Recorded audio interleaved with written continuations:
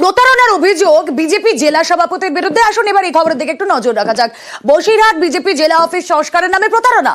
Marble tiles কিনলেও টাকা না দেওয়ার অভিযোগ, আর নিজের বাড়িতেই মার্বেল টাইলস ব্যবহারের অভিযোগ।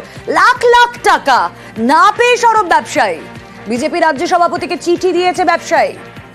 অভিযোগ অস্বীকার বিজেপি জেলা সভাপতি। অভিযোগ জানাচ্ছে, জানালে আমার যতদূর যে জানা আছে, আমার কিছু ডিউ আছে, বহু লক্ষ টাকার মাল নিয়েছিলাম, ওরাও মাঝে তাগিদা করেনি। আমাদেরও বাজারে প্রচুর টাকা, আমরা ব্যবসাদার, আমরা মার্কেটে পাবো, মাঝে এসেছিল, তাদেরকে আমরা টাকা দিয়েছি। প্রায় 50 থেকে 55 হাজার টাকার মাল ফেরত আছে, তার হিসেবটা ওরা আমাদের কাছে দিচ্ছে না। হিসেবটা আমাদের কাছে দিক, দেওয়ার পরে বাকিটা বললে আমরা দিয়ে দেবো। হুমকি দিলে তাদের কাছে যদি প্রুফ থাকে তা ব্যবস্থা নিক, কি হুমকি দিয়েছে।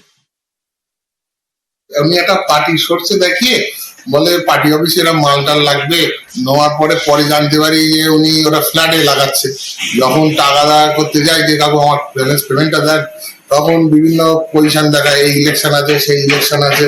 বছর 3 হয়ে হবে, 2-3 চালান টাকাও দিয়েছে, দেওয়ার পরে আর দিচ্ছে না। 70 আপ পাবো, 70,000 আপ পাবো, 73,000। পলিটিক্যাল প্রেশার দিয়ে ব্যবসার টাকা। সুকান্ত মজুমদার বাবুকে মেল করেছিল, ওনাকে পর্যন্ত জানানো আছে, ওনার রিপ্লাই পাইনি ওনার কাছ থেকে অবগত পর্যন্ত। বিজেপির জেলা নেতা তিনি স্বয়ং একজন ব্যবসায়ীর কাছ থেকে তার দলীয় কার্যালয় সংস্কারের জন্য যে বিপুল পরিমাণ টাকার বিনিময়ে পাথর নিয়েছে, সেই পাথরের টাকার দাম তিনি মেটাননি এবং তিনি তার ব্যক্তিগত স্বার্থে ব্যবহার করেছেন। বসিরহাট সহ গোটা পশ্চিমবঙ্গের কাটমারি বিজেপির মধ্যে রয়েছে, দেখবেন আরো বেরোবে ওদের